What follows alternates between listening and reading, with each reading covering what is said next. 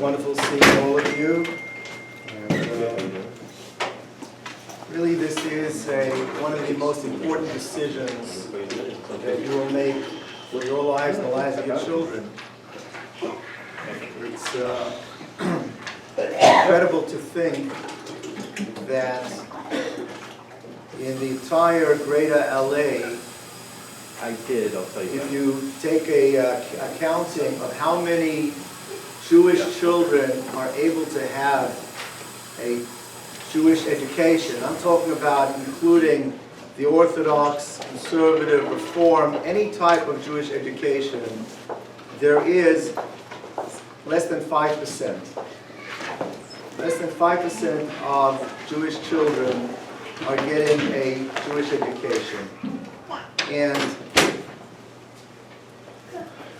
I don't think people realize until they've actually had been in the unfortunate situation today to have a child in public school and can compare the difference in terms of the values and what it means for the future of your children. Literally, the future of children are at stake if we're not able to give them a Jewish education, and obviously we believe a Torah education. I wanted to share with you an idea from this week's Parsha. The more you get to know me and you come to my class, I like tying everything to the Parsha of the week, which I think is an idea, and I've shared this idea every year with the teachers, because I believe it is what Emek stands for, and it's a very important parenting message for parents and for educators. We have, in the beginning of this week's Parsha, we start Sefer Shmos, a new book, and Paro, the king of Egypt, is faced with a dilemma. The Jews are propagating, they're having many more children than the Egyptians. And he's concerned about something that's called, in Hebrew it's called Gaius Chamishi. Have you heard that expression? Gaius Chamishi, that's a fifth column. That he's afraid that there's going to be so many more Jews than Egyptians, and when there's a war, that the Jews might join up with the enemy and oust the Egyptians from their own land. Right? This is a common problem. We've heard about this issue. So he comes to his advisors and to his nation, and he says, Hava nischak malo. Let's come up with a plan. We have to deal wisely here. Otherwise, we're going to find ourselves just outnumbered and we're going to be in trouble. Every year we sit down at the Seder on Pesach night and we read through the Haggadah. The Haggadah is a collection of Tanaic statements from the rabbis and their interpretation of the verses. And there is a paragraph that says as follows. It says, Vayareyu osanu hamitzrim, that the Egyptians dealt malevolently with us, Ra. Vayareyu, they dealt Ra with us, they dealt horribly with us. Kamosha kasuv, what is a verse? What shows us how terrible the Egyptians dealt with us? The verse says, brings down, it's from this week's Parsha, because they said, Hava nischak malo. Let us deal wisely with them. And the obvious question is, how does that verse epitomize or reflect the horrible way that the Egyptians dealt with us? If anything, a leader of a country has to be concerned about his country. And if he sees there's this problem of fifth column, so that would be the least of what the Egyptians did to us. If you want to write the terrible things that the Egyptians did to us, they threw the babies in the Nile, and then the Midrashim talk about how they used to slaughter the children. I mean, it's like horrific. It's like Holocaust stories when you read about how the Egyptians dealt with the Jews. Hava nischak malo, that's the worst you can come up with that the Egyptians did to the Jews. I want to share with you the following idea. Today's day and age, I don't remember being like this in education 30 years ago, but today it seems to be even more so. Anytime you have a child that seems to act a little differently than the rest of the class, a little differently than his peers. So right away we get red flags, we get nervous, and we need to get him tested. I don't know if psychotherapists or therapists in this thing, I always get flack from this, but we have to get them tested. We have to run in, and there's an alphabet soup out there: ADHD, ADD. There's a whole because we feel we have to identify why is this child acting differently. Why do we have to figure out why is he different, and we have to give him this title. And then sometimes it needs to be medicated, sometimes not medicated. Today we see that that's a very common thing that's happening. Now the problem is like this. Sometimes in our haste to get the right label on the child, we mislabel.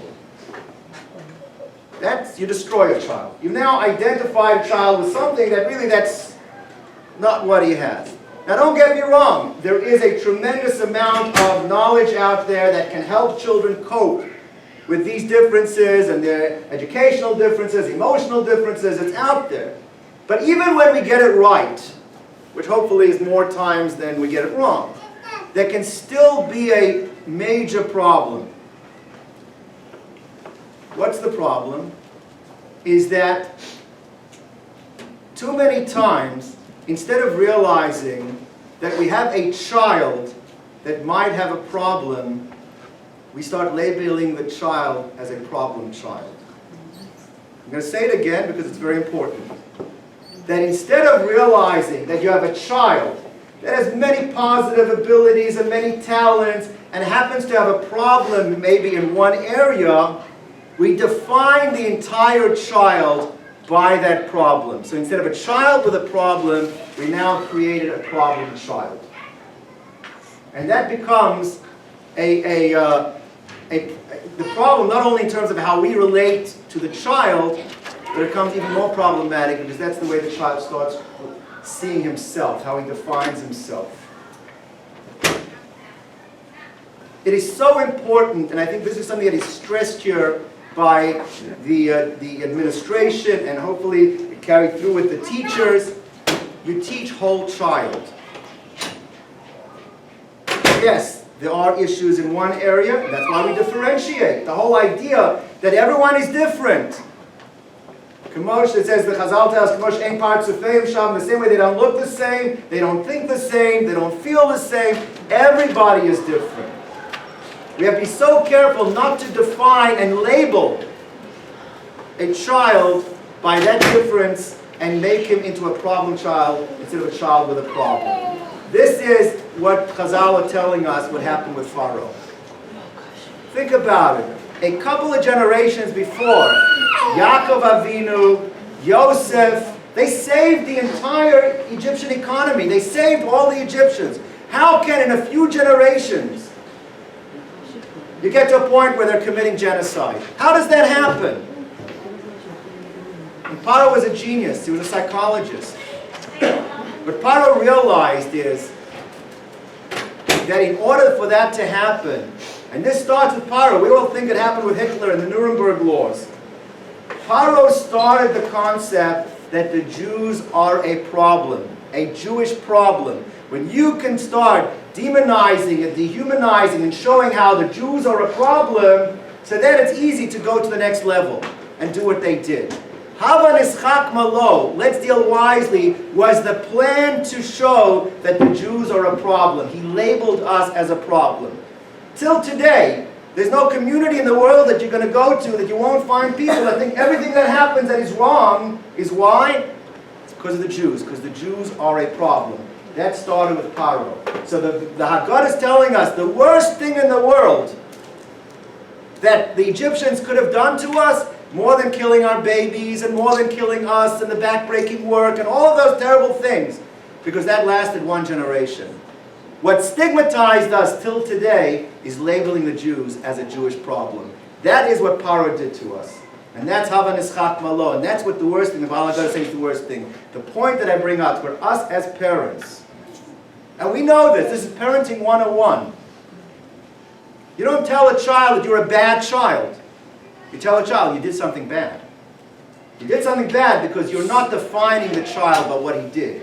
You say you did something bad, you have to correct it, you have to take care of it. When you say you're a bad child, you've taken that one thing that he's done, and now you've made him, in his own mind, that he is a bad person. He is a problem.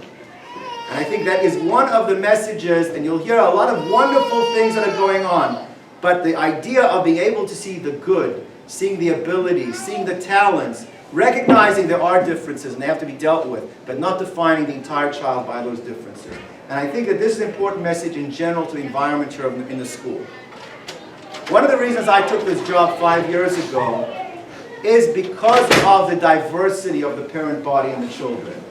We're not looking for cookie cutter. We're not looking that everybody looks the same and davens the same and dresses the same and eats the same. I don't believe that that's what we're about. We're about showing that we have all of this diversity and we know how to get along.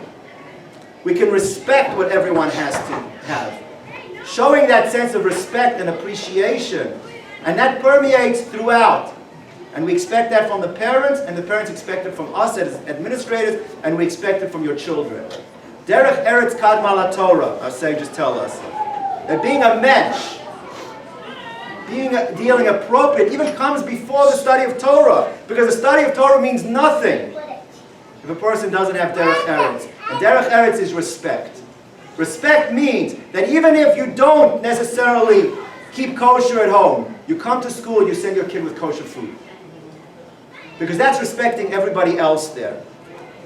We have a dress code in the school for the students. For whatever the reasons, is it religious, is it educational, but we try to create a culture in the school. We expect parents to support that culture. You come with some semblance of that dress code as well, because that's the most important message.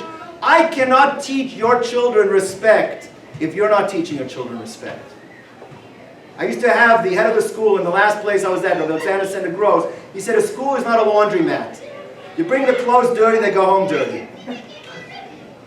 People think, they get washed and they go home clean. It doesn't go home clean. Without that collaboration, without the parents joining with the staff, the administration, the faculty to work together to create good midot, to create respect, and it starts with parents helping us.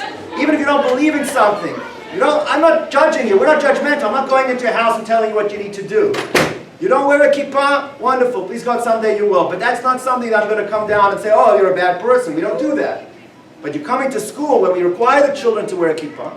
We hope that you'll put a kippah on. Because that sends a positive message to the child. People think, oh, you know what? If I start doing it this way, then it's going to create problems for me at home. It's bigger problems when you don't do it. Because you're teaching the child it's okay not to respect. And if they don't respect the school, you know who else they're not going to respect? They're not going to respect you either. So showing respect and enforcing and working collaboratively with the school, you will be the beneficiaries. Your children will become Baalei Midot, they'll have the values, they'll have the respect, they'll respect you, they'll respect what they learn, and together we're all going to grow. And everyone is going to then have a greater appreciation for what we all do. We have the appreciation for you, you for us, and the beneficiaries will be your children. So I laud all of you, applaud all of you for taking this such an important step in your lives. This is really the first step in children getting to the point where you're going to get the nachas from them. You're going to get they will grow, the whole child, not only academically, because that's without saying. You're not spending $16,000 a year if you're not going to be getting the academics you need. But you can get academics anywhere. But it's the values. The inculcation of the values, the derech eretz, the way they're going to respect one another, they're going to respect you, they're going to respect what they believe, they're going to know their heritage, their identity. These are all things that you will get through coming to a school like ours. And I wish you all well, and hopefully whatever choices you make will be the best choices for your children. Thank you.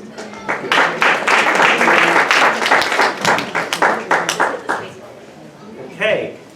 Thank you, Rabbi Shifman. So we're now going to spend a little bit of time. We'll try to go through this pretty quickly.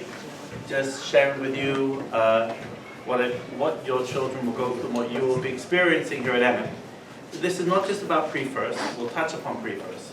But hopefully, please God, you're not just here for 1 year. You're here for 9 years, to 8th grade. So we want to share with you our comprehensive program. Before we do that, I'd like to just introduce a team of administrators. I'm Rabbi Solomon, principal here for 4 or 5 years. Been teaching here for 18 years. Emek's been part of my life. Many now, the parents coming through, the parents that I taught, whether in 3rd grade or 6th grade. So it's really beautiful to see the next generation coming through, and the school still keeping to its mission and thriving to provide an excellent Jewish education and a beautiful environment for them to grow and to develop. I have in the elementary school vice principal, that is Mrs. Michelle Andron. She works primarily in the general studies. And also in the middle school, we have, for the general studies, we have Mrs. Esther Markel. And they'll introduce a little bit about themselves when they get up to talk. And we're all a team. We work together, work collaboratively. There's no such thing as anybody like overstepping their boundary, overstepping their responsibilities and say, oh, well, we pass on to the other person. We work together for everything that needs to be done here in the school. While I'm here, I'm just going to talk about some of the highlights that we do in Torah studies throughout the many years. In the 1st grade, we learn how to read Hebrew. Now, they're already touching upon that in the early childhood. You're already doing the Kappa program level 1. It's an amazing program as you're experiencing right now. We take it to the next level in the pre-first, level 2 and 3. Pretty much, like in 2 weeks from now, the children will be able to decode and how to read. Now, the fluency won't be picked up for a number of years. You don't just read like that. But just to be able to understand 47 sounds, we teach it in about 3 months, which is unheard of. And they know it, and they review it. And then they spend the rest of the year really making sure that they understand and they comprehend and they really get a good grasp of the decoding skills. By the time they finish 1st grade, pre-first, every child should know how to read. And if they're having struggle, we will provide them assistance to help them and work together with you to get them up to that level. As you move into the older grades, where the primary focus is on Chumash, Torah studies, Bible studies, and that is done through a Chumash program called Lahavan Lahaskil. It is a very skills-based, Hebrew language-based Chumash program that is a spiraling curriculum. We do it from 1st grade all the way through 5th grade, and we're building on that in the middle school. And that is a curriculum that is used throughout many schools across the country. And Emek is a model school here in the West Coast. We have teachers coming in from other schools watching our teachers teach this program. We have an Ivrit program where we have dedicated Ivrit teachers coming in, whether it's 2, 3, or 4 times a week, depending on as they get older. All the Ivrit classes are given Ivrit b'Ivrit. So some of the students will have an easier time, some of the children will have a harder time, but it's a full immersion program. And it's taught in a way that they will eventually and slowly but surely understand the Hebrew language. So all that is the Ivrit program. We do Tefillah every day, and some of the other subjects we cover are Parshat HaShavua, a full Jewish general knowledge. We want, by the end of the 8th grade, we want the children to come out with a basic understanding to be functioning Jewish people in the world, even if there won't be rabbis and teachers, most of them won't be, but they need to understand what's this week's parsha, what's next week's parsha, what Chag we're celebrating, what's a bracha for this. Fully comprehensive Jewish general knowledge program. In the later grades, we do Mishnah and Gemara, Talmud. We focus a lot on Midot Tovot, on Hashkafa, on personal development, and how to really, because as Rabbi Shifman just said, you can get academics anyway. It's about how to be a refined person and how to treat others and how you want to be treated yourself. As we get into the middle school, we track the students in many of the classes. In Talmud, in Gemara, in Ivrit, in Chumash, depending obviously on the size of the classes, but almost every class is being tracked. So we have an accelerated track and then a grade level track as well. Yes? Yeah. First of all, welcome. I am thrilled to see how many new parents we have. I am Michelle Andron. I'm the elementary school vice principal, and I have been here under this position. I'm starting my 4th year. But I've been here consulting a little bit longer, and as a parent, I can't believe I have a daughter going into high school who started here in pre-first, and when I enrolled her the first year, I was sitting right here and thinking, all right, I'm going to try this out and let's see how it goes. And I can tell you now that I feel blessed to be able to work and have my kids in a school like this. besides the fact that they're incredibly prepared and going on to high school and then college, they're in a place that's loving and warm and welcoming, and the teachers are amazing. You got a sneak peek this morning, but hopefully you'll get to see some in the tour, and they are amazing, and they collaborate together, and they make coming to school, for me and for your children, an amazing experience. So a little bit about the curriculum. About 4 years ago, we started piloting balanced literacy. It is a program out of Columbia University, and we actually send our teachers every summer all the way to Columbia to get trained. And then those teachers that get trained over there come and train the teachers that are back here, and it's completely differentiated. It's an amazing program. The kids are reading and writing at their own level. You might walk into first grade and see a first grader reading a fourth grade level text. And that's what we do. We make sure we meet the needs of every student at their level. Our math program. You saw a little bit this morning of Singapore math. Okay? We're teaching from a very young age, conceptually. What does it mean to take apart numbers, put them together? What do numbers look like? Can I visualize them? Can I make a picture? And we started piloting Singapore math this year in pre-first, first grade, and second grade. And from now on, we're going to keep moving it up, third, fourth, rolling it over each year. So definitely a program that we're very excited to have on board. Social studies and science, you'll hear a lot at this school about project-based learning. I was talking with a parent earlier, which I won't point out, that the skills today that we're teaching, they're not, can I name all the states? They're not, can I, what else? Name all the parts of the body. You know, in today's day and age, you have that in your hand. Google can answer all those questions. The skills that we're teaching today, critical thinking, creativity, collaboration, problem solving. And we use the content subjects like social studies and science to really delve in and build on those skills. And the other part of the day, because we spend 50% of the day on this, 50% of the day on Torah studies, they're using those same skills, which are the big skills you need to know and be able to actually function.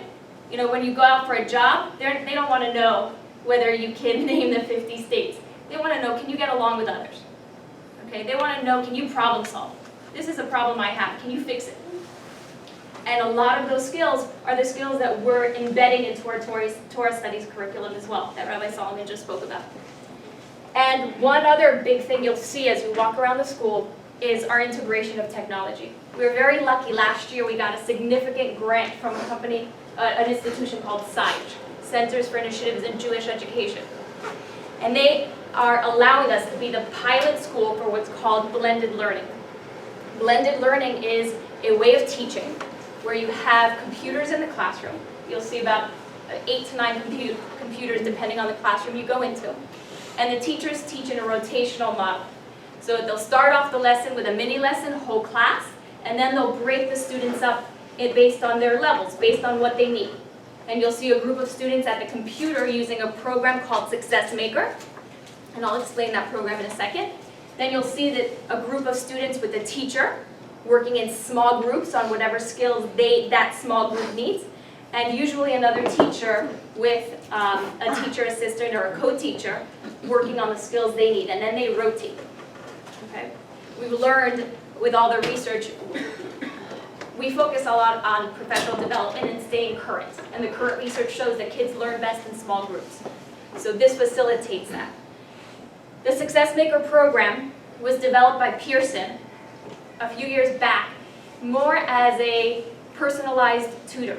What it does is it assesses the students, and once they finish the initial placement, it teaches the students at the level they're at. So we have the students doing Success Maker 15 minutes a day, and 15 minutes for math, and reading is twice a week, 15 minutes. And what happens is you'll have students in second grade who are learning on Success Maker third or fourth grade material. And on the other hand, sometimes we have students that come in and they have gaps, right? Everybody has different backgrounds. And you might have a second grader that missed a skill in first grade, and Success Maker will fill that gap, okay? All of these programs then generate reports, and teachers use them to actually help them in their small groups. So it's really an amazing thing that we're able to pilot. We're writing it up for SCI. We're having schools come and visit how we do it. And hopefully we'll see that in more and more Jewish day schools across the country. Mrs. Markel, do you want to talk a little bit about the middle school? If you could squeeze by.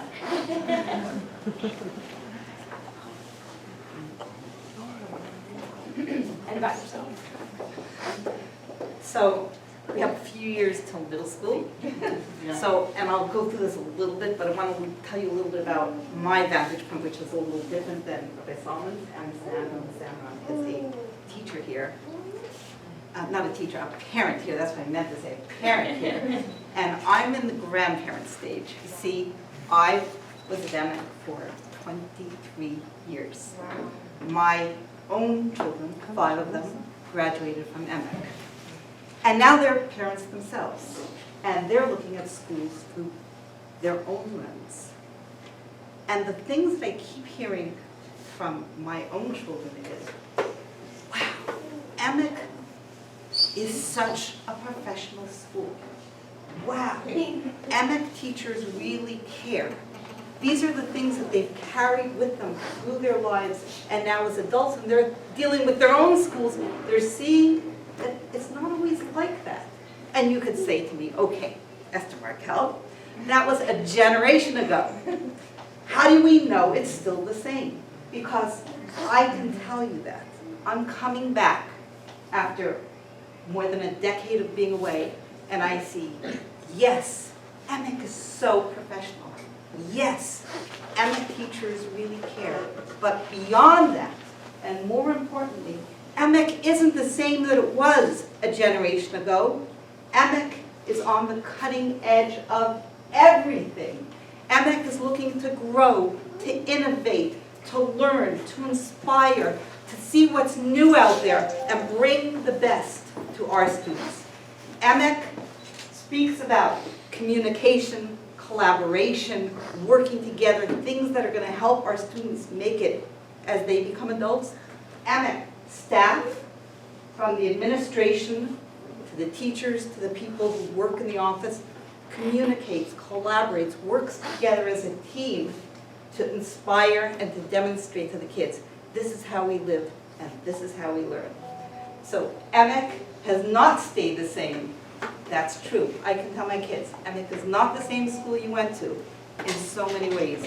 It's grown, it's matured, and it's developed, and it's still the same fantastic, inspiring, special place that it was when I raised my kids. Just to tell you a little bit about the curriculum in the middle school, we share an office space and we plan everything together. We work together as a team, as I mentioned. And so just as the curriculum is rigorous and demanding in the elementary school, just as we're tracking as the kids get older in the elementary school, we're doing the same in the middle school. They're tracked for English and math. They're also tracked for Chumash. So courses that are skills-based courses, kids can learn at their own pace. Mrs. Markel, we had somebody ask, what's tracking?